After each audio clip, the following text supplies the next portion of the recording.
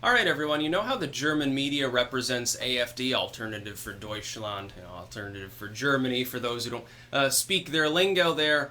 You know how they're portrayed as basically like the next Nazi party. They're all like violent hooligans and skinheads. Well, a block of individuals who are actually Jewish have begun to join AfD, and they're quite clearly saying no. Claims of anti-Semitism within the organization. Yeah, there are going to be anti-Semites here.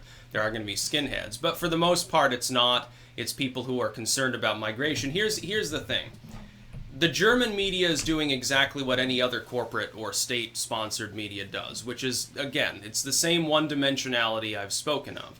If you're trying to combat an uprising political movement, you don't want to acknowledge the fact that 99% of its membership are law-abiding normal German citizens. It's just like with the MAGA stuff. You want to portray... It's a form of dehumanization, not to use the Twitter term that's now in vogue. What you're doing is portraying reality not quite as it really is by amping up a stereotype and attempting to collectivize it across the group. It's very much collectivism. It's opposed to the concept of individuality. Instead of looking at individual people and assessing their own scenarios, what they believe in, what they say and stuff, because of some group membership, real or perceived, you're trying to fit them into a box. If you can successfully do that, then you can change what that box means at a whim. It's always going to be slightly malleable, and you can trash your opponents by doing so. So you'd say, well, people wearing MAGA hats, they're going to be fat, greasy Bible thumpers, blah, blah, blah. A person's liberal, therefore they're a carrot farmer and vegan and very kooky and out there, and they believe in, like, Atlantis and stuff. It's basically what happens. Now, sometimes the stereotype is true about an individual, but the individual doesn't prove the stereotype, of course. It's always more funny when groups that are ostensibly on the left in some way or manner use this method because, of course, they themselves say stereotyping is wrong, at least for groups that they like. But it does undercut the claim of anti-Semitism. But here's the thing. There are going to be Nazis in AfD. There are also people with beliefs that are roughly the same in any of the other parties in Germany, but for which party is the corporate media going to fixate on that small element of the party? Oh, AfD, because they're the threat to the establishment that's rising up.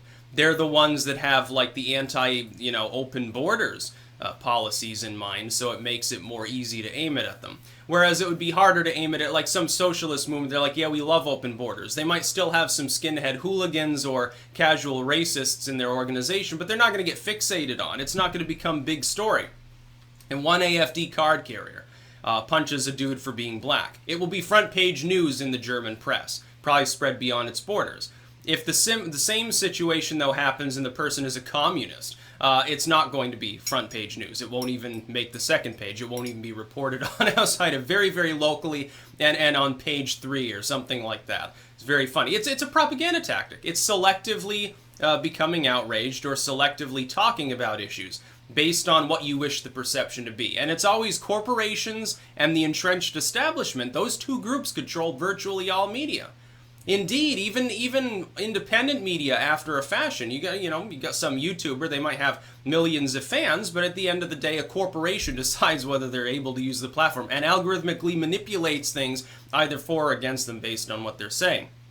When you get these claims that YouTube, for example, favors the radical alt media, the right wingers, no, absolutely not. It algorithmically manipulates things and demotes every single one of us. The adpocalypse alone wiped out a bunch of content creation because people got demoralized and didn't want to make as much content. Then they realized Patreon existed. Then they realized Bitcoin was a thing, and they're like, oh, okay, I guess I can get around this somehow. At least until PayPal decides to adopt Jack Dorsey's idea of a crazy-ass terms of service. But here's the thing. AfD is not a Nazi party. Any more than, like, MAGA populism is racism. No, it's not. It's saying, hey, we've got an uncontrolled immigration situation. It's never been about, hey, we want zero immigration. No, that sort of identitarian view is a small minority within a minority view. And not to say, well, on the moral side it's wrong or right. That's not the point. The point is that's not a majority opinion. The majority opinion, though, in the United States, for example, as it is in Germany, is that, yes, the situation has gotten out of hand. We have too many people that are in this country in violation of our laws. And even if we extend mercy to many people within those groups, we have to do something, because clearly the status quo doesn't work. Obviously, Yale saying, oh yeah, there might be 30 million illegals in the United States. It's possible. I still think it's on the lower end of that. 20 million sounds more sane, maybe. It appears to certainly be above the 12 to 15 usually guessed at by the corporate media. They don't want people to realize it's a problem. They call you racist if you even think it's a problem.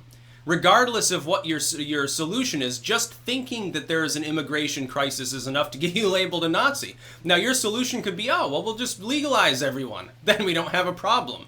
We don't need a border anymore. Even then, you'd probably get called bigoted for acknowledging that there's an economic factor involved with illegal migration of people.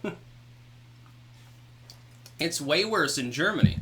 You're talking about millions of migrants in an area that's not even as large as Texas. You're talking about a situation where the states, they're like California or Texas, that are most subjected to the crisis that we have here with regards to our neoliberal style Swiss cheese border, pale in comparison to the problem that you've got over in parts of Germany. And again, you can believe that the solution is to legalize everyone, but you've got to admit first that there's a problem before you can actually formulate any form of solution.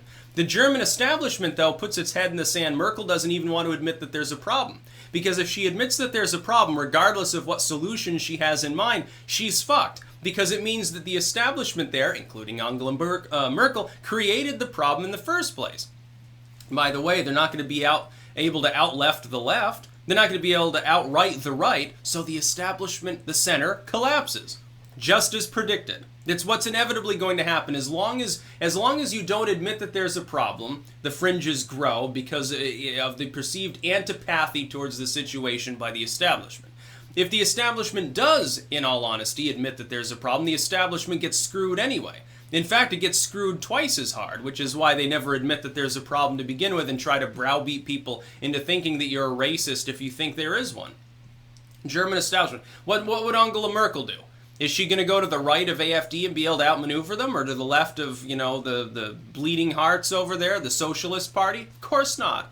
She can't. She'd have to fundamentally restructure the whole party's platform or become a maverick, a heretic within her own political movement. She would lose her job, her coalition would collapse, AfD would probably end up running Germany. And she knows this, but the alternative is just as bad. The alternative is slowly the fringes begin to mount. This is what happened in the Weimar days. The establishment didn't want to admit that there were problems. They would rather sit there and say, well, we'll just bide our time and hope things improve. Right now, you have a situation where without any significant economic downturn impetus within Western Europe, you have mounting stress and alienation within the population solely based on social issues. That is, in the past, things exploded into basically chaos partially because of economics. The moral issues, the social issues of the day back in the 30s were secondary within Germany. It was really about a lot of people were in breadlines. That's ultimately, they voted with their stomachs. Right now, Germans don't have to generally vote with their stomachs. But you do have a segment of the population that's getting pissed off about the fact that they want more left-wing programs, and the government says, no, we can't pay for those right now, but we can take in 1 million migrants and pay for them. We can't take care of the homeless German dude. We can't give your family more welfare. We can't pay for a better road, to your workplace. We can't guarantee you a raise in your government job. You get screwed, but other people who weren't born here, they're taken care of because we're merciful and left-leaning. Big mistake. You can't do that and expect the population to be quiet. It's happened here. What's one of the most common things it's said with regards to the migrant crisis in the United States? Well, they have all this money to talk about legalizing people and resettling people, and we're going to have refugees, we're going to give them jobs, and then we're going to do educational programs, healthcare, free healthcare for a lot of classes of people. But you have to purchase it on the inflated private market. And you have to drive on pothole-ridden roads, and your kid will be hungry for lunch. Basically, fuck you. And by the way, if you don't like this, you're a racist. Now, the truth is, of course, those other people are being used as slaves by the political establishment. It's really, globalism has just painted a smiley face on itself. That's all we're seeing. It's just fucking globalism. It's imperialism. That's all globalism is. It's global imperialism. They want a worldwide empire, which no longer has any borders. They haven't been erased by conquest. They've been erased by the consent of each nation state to erase themselves from history. It hasn't been formed out of open maliciousness towards a group of others. It's been formed out of a passive maliciousness that you don't even see, because of the use of newspeak to cloud your mind. So it's not censorship, it's family-friendly entertainment. It's not actually war, it's just targeted strikes against some people who happen to disagree with us and be economically backwards. It's the only difference, it's the same imperialism. It's like Cecil Rhodes 2.0. That's about all. Peace out.